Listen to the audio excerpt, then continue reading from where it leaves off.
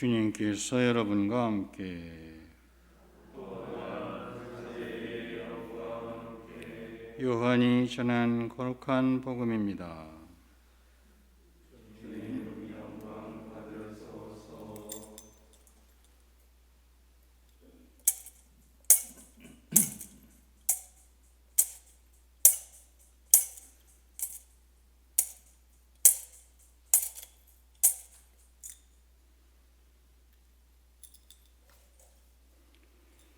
그때 예수님께서는 올리브 산으로 가셨다.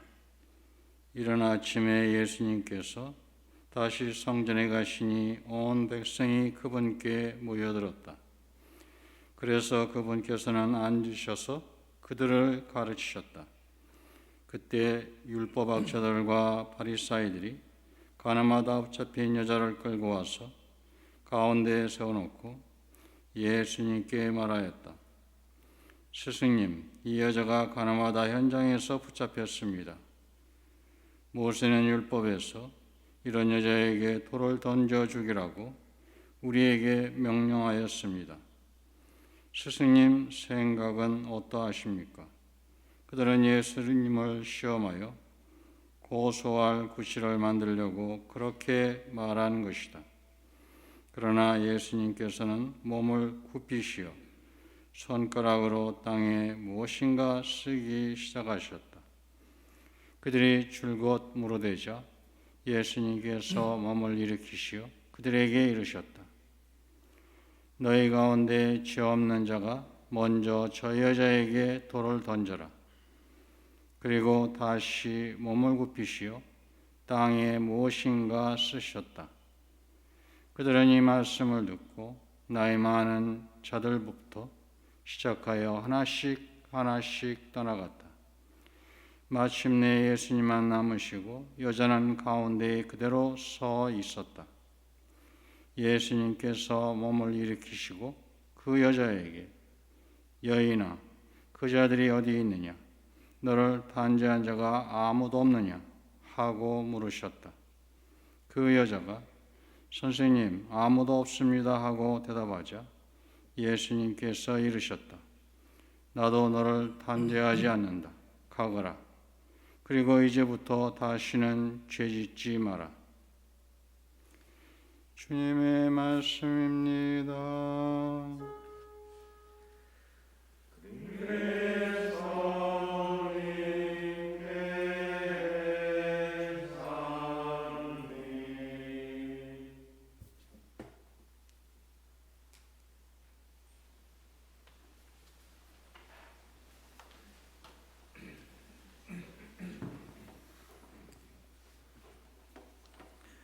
봉헌자 여러분들 반갑습니다. 여기 또 못 오신 분들도 반갑다고 얘기를 해야겠네요, 그죠? 어쨌든 여기 오신다고 참 많은 것 포기하고 희생하고 특별히 이 코로나 시기에 또 많이 조심들 하시느라고 고생들 많으셨습니다.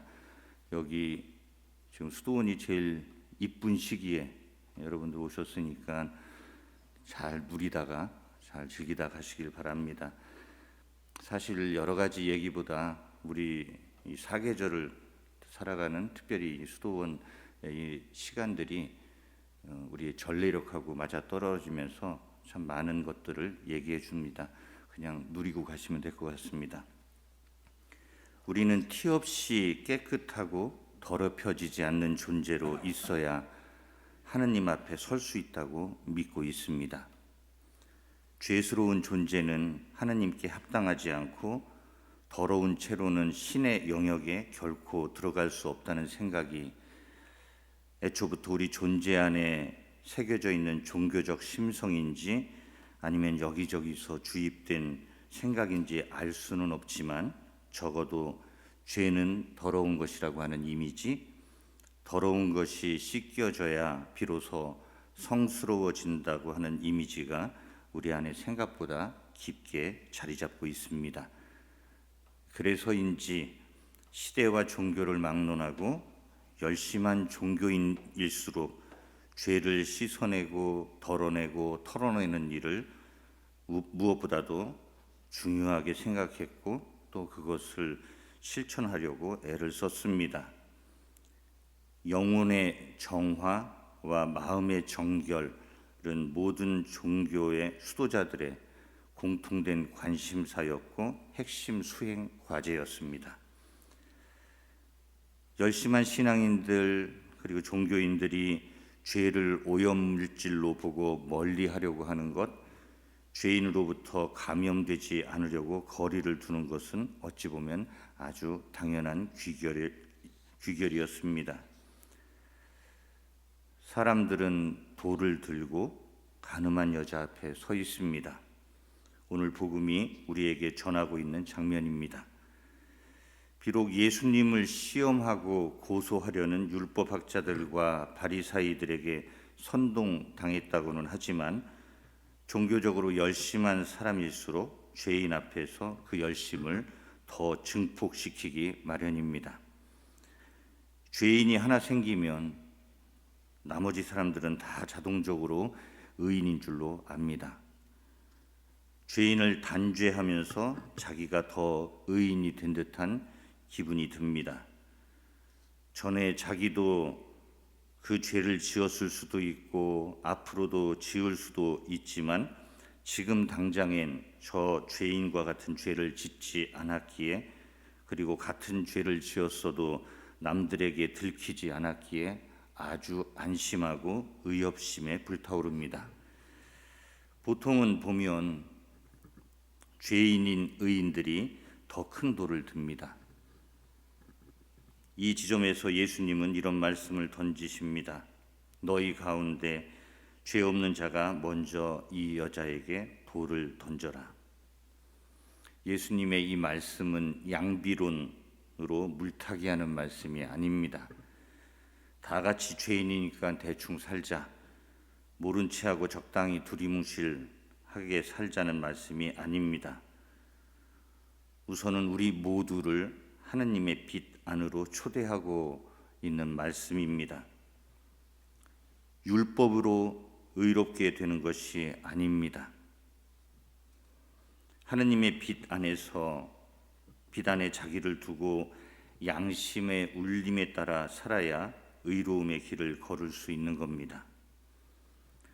들켰다고 죄이고 들키지 않았다고 죄가 아닌 것은 아니죠. 법으로 무죄라고 의인인 것도 아니고 법으로 유죄라고 다 죄인인 것도 아닙니다. 돌을 들었다고 죄인을 단죄한다고 의인이 되는 게 아닙니다. 진짜 의인은 자신이 하느님 앞에 죄인임을 알아듣고 그분 앞에 무릎을 꿇는 사람입니다. 오늘 가늠한 여인에 대한 일화를 들려주고 있는 복음사가 요한은 자신의 또 다른 편지에서 이렇게 얘기합니다. 만일 우리가 죄 없다고 말한다면 우리는 자신을 속이는 것이고 우리 안에 진리가 없는 것입니다. 우리 죄를 고백하면 그분은 성실하시고 의로우신 분이시므로 우리의 죄를 용서하시고 우리를 모든 불의에서 깨끗하게 해주십니다. 만일 우리가 죄를 짓지 않았다고 말한다면 우리는 그분을 거짓말쟁이로 만드는 것이고 우리 안에 그분의 말씀이 없는 것입니다. 내가 원하는 것은 희생제물이 아니라 자비다. 예수님의 말씀이시죠. 특별히 사순 시기에 더 울림이 큰 주님의 말씀입니다. 그런데 여기에서 말하는 희생제물이 뭡니까? 사람의 죄를 대신 안고 죽음으로써 사람은 깨끗하게 씻겨지고 그리고 사람 대신에 봉헌됨으로써 사람이 다시 하느님의 소속이 된다는 믿음 아래 바쳐지는 것이 희생제물입니다. 결국 하느님 앞에 서기 위한 합당한 자격, 즉 의로움을 확보하기 위해 있는 것이 희생제물이라는 말이죠. 이 의미를 더 확대하다 보면 희생제물은 모든 종교의식, 신심행위, 율법 지키기에까지 확장됩니다. 미사참례, 개인기도, 시간경, 윤리적으로 틀리지 않게 사는 것, 절제와 수행 이 모두가 다 희생 제물일 수도 있는 겁니다. 그런데 이런 것들로 훌륭한 사람이 될 수는 있겠지만 의로운 사람이 되는 것은 아니라는 말씀입니다. 혼자만 몸을 깨끗이 씻는다고 깨끗해지는 게 아니라는 말씀입니다. 더러운 물에 발을 담그지 않고 죄인들을 피해서 저 멀리 혼자 떨어져서 몸을 씻는 것이 소승이라면 이웃의 등을 밀어주고 죄인들의 떼를 씻어주는 것이 대승입니다. 하느님을 세상으로부터 밀봉해서 그 하느님에게만 희생 제물을 바치고 그 하느님하고만 지내는 것이 소승이라면 세상에 살고 있는 작고 약하고 가난한 사람들 안에 계신 하느님의 현존을 알아보고 그 사람들에게 봉헌물을 바치는 것이 대승입니다. 죄 짓지 않고 살려고 노력하는 것이 소승이라면 나에게 죄 지은 사람을 용서하고 품어주는 것이 대승입니다. 자비란 이런 것입니다. 예수님의 말씀과 행적을 기록한 복음서 어디를 읽어봐도 예수님께서 소승적 삶에 대해서 말씀하신 바가 없습니다. 당신 스스로도 대승의 삶을 사셨고 그래서 이 세상에 오셔서 사람들의 죄를 씻어주기 위해서 당신을 희생하셨습니다. 또 대승의 삶을 우리에게 가르치셨을 뿐입니다. 그렇다고 기도와 율법 준수를 무시해도 된다는 말이 아니죠. 그것의 방향성과 정신을 되새겨야 한다는 말입니다. 율법의 폐지를 말하고 있는 것이 아니라 율법의 완성을 살아야 한다고 말하고 있는 것입니다.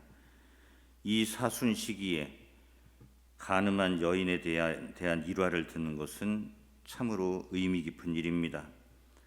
사순 시기를 시작하는 제수요일에 입당송은 이렇게 노래합니다. 주님, 당신은 모든 사람에게 자비하시고 당신이 만드신 것을 하나도 미워하지 않으시며 사람들이 회개하도록 죄를 덮어주시고 용서하시니 주님, 당신은 저의 하느님이십니다.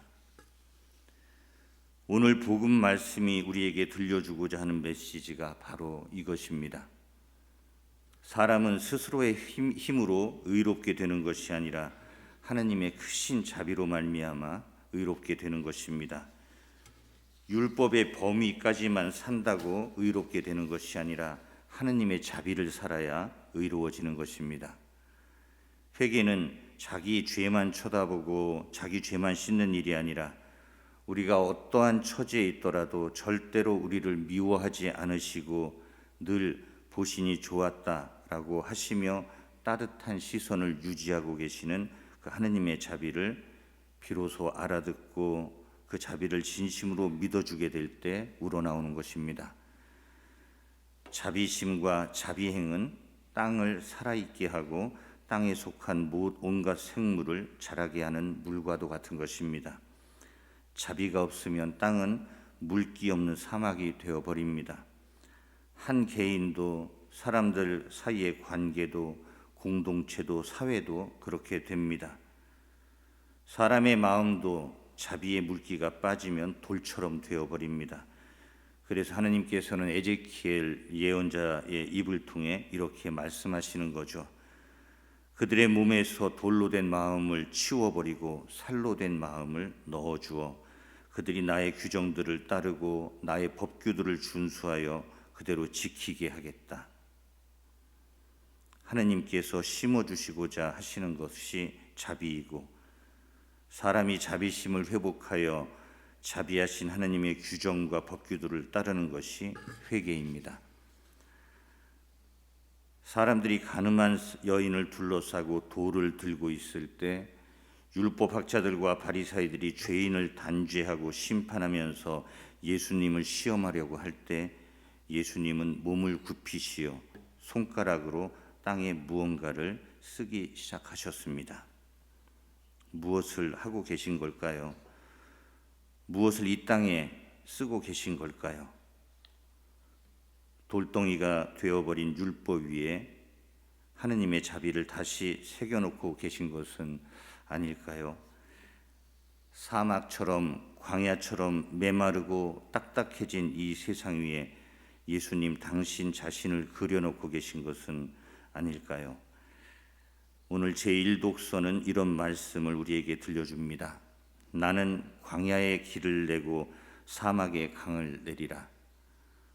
우리의 마음 안에도 우리의 삶 안에도 이 세상 안에도 자비의 길이 나고 자비의 강이 흐르도록 주님께서 우리의 발걸음을 이끌어 주시기를 기도해 봅니다.